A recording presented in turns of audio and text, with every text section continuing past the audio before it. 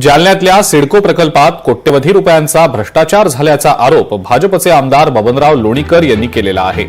सिडको प्रकल्प खरपुडीला नेण्यामागे काही राजकारणी आणि उद्योगपती आहेत, त्यांच्या जमिनी तिथे आहेत असा गंभीर आरोप लोणीकर यांनी केलेला आहे। तर जालना सिडको प्रकल्पाची चौकशी करावी अशी मागणी लोणीकर यांनी मुख्यमंत्री फडणवीस यांच्याकडे केलेली आहे। सिडको हा प्रकल्प जालना संभाजीनगर रोडवर झाला असता तो सिडको झाला असता।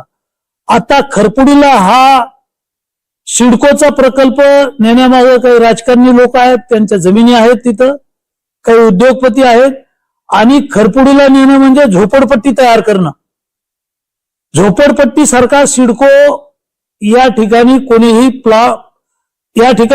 प्लॉट घेणार नाही आणि सिडको एका बाजूला होईल अशा प्रकारची तक्रार जालना जिल्ह्यातून मुख्यमंत्री महोदयांकडे झालेली आहे।